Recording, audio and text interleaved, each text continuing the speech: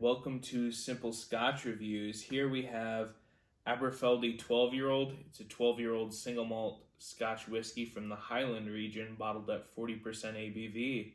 Let's take a look at this one. So fruit's the first thing coming across. On the nose, there's fruit.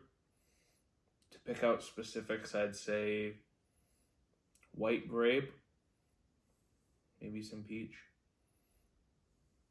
White grape, probably. There's a sweetness in with the fruit. I want to say honey, but it's not a rich honey. So maybe a very light honey drizzled over the fruit. But beyond that, not getting much else. Maybe some maltiness, but not so much. Not really malt. First I thought I was getting more malt. The honey and the fruit dominate.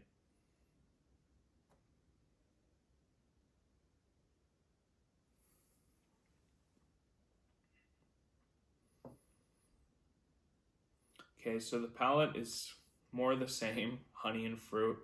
It's not a super complex whiskey. I'm actually not very complex at all. It's just honey and fruit, which, despite the lack of complexity, they're very good flavors. So I personally don't have a problem if Scotch isn't complex, if the flavors that are there are good. I don't think it intrinsically has to be complex to be a good whiskey. If it's just a one-note whiskey, but that one note is delicious, then I'll take it any day over a weird, funky lots going on. But that's my personal preference. I know other people might feel differently on that.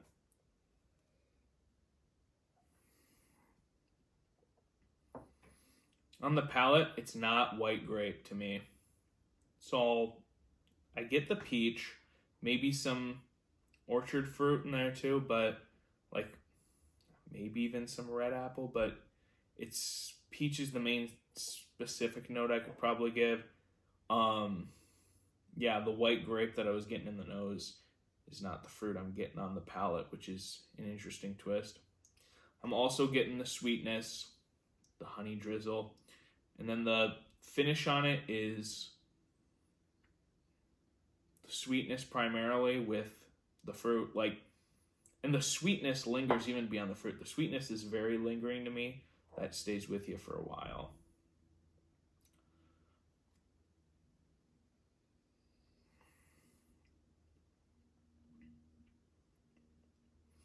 Yeah, there's not a whole lot going on in this whiskey, but what's there is good.